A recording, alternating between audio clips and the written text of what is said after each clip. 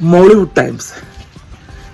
Actually ഈ പടം കാണാൻ എനിക്ക് 2 റീസൺസ് ഉണ്ടായിരുന്നു. ഒന്ന് നെസ്ലിൻ്റെ പടം, കാരണം പുള്ളിയുടെ പടങ്ങൾ എനിക്ക് ഭയങ്കര ഇഷ്ടമുള്ളൊരു നൈസ് മെമ്പറാണ്. പുള്ളിയുടെ അത്യാവശ്യം നല്ല സെലക്ഷനും പെർഫോമൻസും ആ ഒരു സംസാര രീതിയൊക്കെ ഭയങ്കര ഇഷ്ടപ്പെടുന്നതുകൊണ്ട് ഞാൻ ഈ പടത്തിന് വേണ്ടി ഭയങ്കരമായിട്ട് വെയിറ്റ് ചെയ്തിരിക്കുന്നു.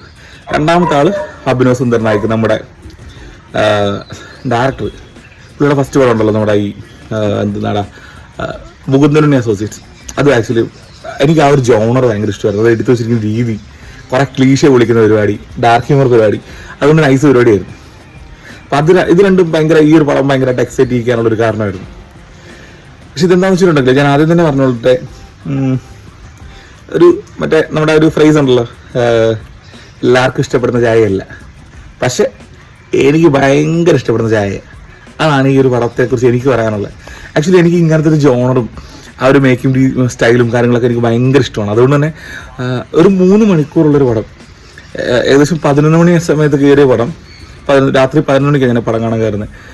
ആദ്യത്തെ എനിക്കൊരു 15-20 മിനിറ്റ് ഇങ്ങനെ എനിക്ക് കുറച്ചിങ്ങനെ ഒരു ഉറക്കം മൂടൊക്കെ വന്നു നിന്നിട്ട് അവിടുന്ന് പടം ഇങ്ങനെ ഷിഫ്റ്റ് ചെയ്ത സമയത്ത് അവിടെ ഞാൻ ഭയങ്കര എക്സൈറ്റഡ് ആയിട്ട് ആ ഒരു പടം തീരുന്ന അതിനകത്ത് പടത്തിൽ ഇന്നായി തന്നെ കണ്ടിരിക്കാൻ പറ്റി. അപ്പോൾ സ്വാഭാവികമായിട്ടും നമുക്ക് ഇഷ്ടപ്പെടുമ്പോഴാണല്ലോ ആ പടത്തിലോട്ട് നമുക്ക് കയറാൻ പറ്റുമ്പോഴാണല്ലോ അങ്ങനെ കണ്ടിരിക്കാൻ പറ്റുന്നത്.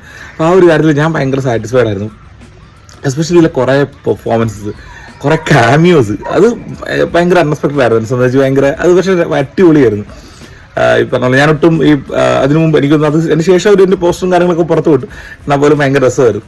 എസ്പെഷ്യലി ഈ പറഞ്ഞത് നെസ്ലിൽ അല്ലാതെ നമുക്ക് ഷറഫുദ്ദീൻ, സംഗീത്, ബേസിലുണ്ടായിരുന്നു കുറച്ച് നേരം. അങ്ങനെ എല്ലാവരുടെയും പെർഫോമൻസ് ഭയങ്കര രസമായിരുന്നു. അതിനകത്ത് അതിൻ്റെ പ്ലസ് അതിൻ്റെ കൂടെ തന്നെ നമുക്ക് പറയേണ്ടതാണ് നമ്മുടെ ജെയ്ക്സ് പിജോയുടെ മ്യൂസിക്, അതിൻ്റെ എഡിറ്റ്സ് എല്ലാം ഭയങ്കര രസമായിട്ടാണ് ചെയ്തിരിക്കുന്നത്. ഇപ്പോഴും ഞാൻ പറയുന്നത്, അതായത് ഈ സിനിമയ്ക്കുള്ള സിനിമ എന്ന് പറഞ്ഞ പരിപാടി വരുമ്പോൾ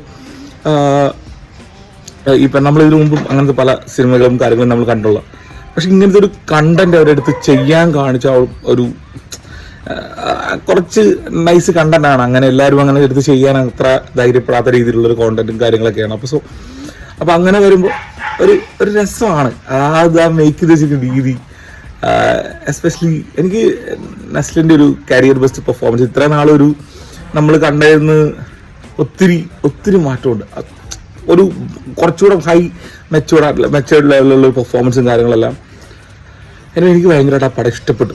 അതാണ് സത്യം. എന്ന് പറഞ്ഞാൽ ഈ പറഞ്ഞ ഭയങ്കര ഹൈ ലെവൽ പടമൊന്നുമല്ല, ഒരു 3.5 ഒരു 5 കൊടുക്കാൻ പറ്റുന്ന രീതിയിലുള്ള ഒരു നല്ല പടം.